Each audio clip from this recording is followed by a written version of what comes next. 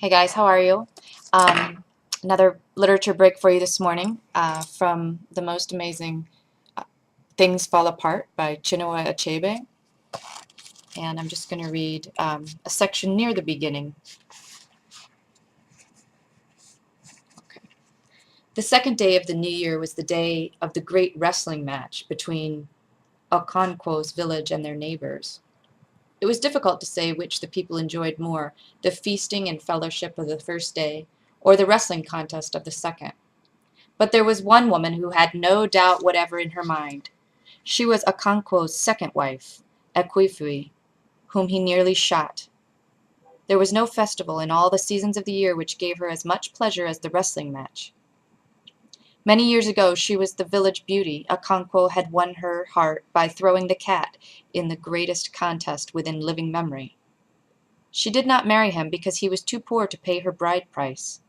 But a few years later she ran away from her husband and came to live with Okonkwo. All this happened many years ago. Now Ekwifui was a woman of 45 who had suffered a great deal in her time. But her love of wrestling contests was still as strong as it was 30 years ago. It was not yet noon on the second day of the New Yam Festival. Ekwifui and her only daughter Ezinma sat near the fireplace waiting for the water in the pot to boil. The fowl Ekwifui had just killed was in the wooden mortar. The water began to boil, and in one deft movement she lifted the pot from the fire and poured the boiling water on the fowl. She put back the empty pot on the circular pad in the corner and looked at her palms, which were black with soot. Ezinma was always surprised that her mother could lift a pot from the fire with her bare hands. Ekwifui, she said, is it true that when people are grown up, fire does not burn them? Ezinma, unlike most children, called her mother by her name. Yes, replied Ekwifui, too busy to argue. Her daughter was only 10 years old, but she was wiser than her years. But Noye's mother dropped her pot of hot soup the other day and it broke on the floor. Ekwifui turned the hen over in the mortar and began to pluck the feathers. Ekwifui, said Ezinma, who had joined in plucking the feathers, my eyelid is twitching. It means you are going to cry, said her mother. No, Ezinma said, it is this eyelid, the top one. That means you will see something. What will I see? She asked. How can I know? Ekwifui wanted her to work it out for herself. Oh, said Ezinma at last. I know what it is. The wrestling match. At last the hen was plucked clean. Ekwifui tried to pull out the horny beak, but it was too hard. She turned round on her low stool and put the beak in the fire for a few moments. She pulled again, and it came off. Ekwifui, a voice called from one of the other huts. It was Noye's mother, Okonkwo's first wife. Is that me? Ekwifui called back. That was the way people answered calls from outside. They never answered yes for fear it might be an evil spirit calling. Will you give Ezinma some fire to bring to me? Her own children and Ikemufuna had gone to the stream.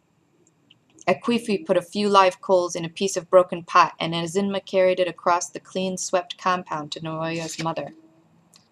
Thank you, Nenma, she said. She was peeling new yams, and in a basket beside her were green vegetables and beans.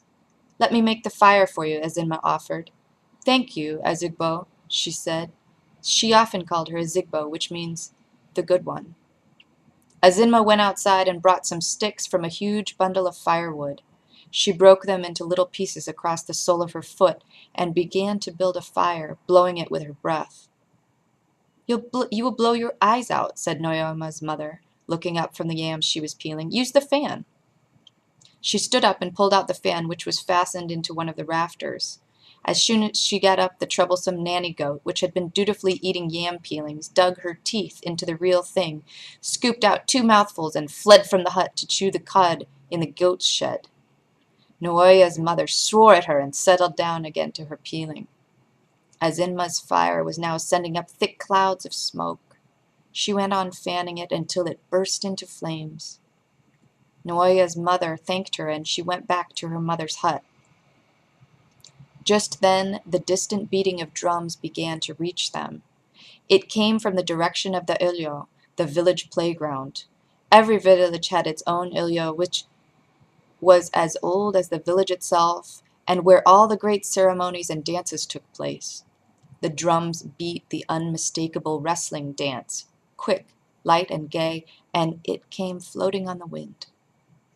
Okonkwo cleared his throat and moved his feet to the beat of the drums. It filled him with fire, as it always had done from his youth. He trembled with the desire to conquer and subdue. It was like the desire for woman. So that's a little section from Things Fall Apart. Hope you enjoyed.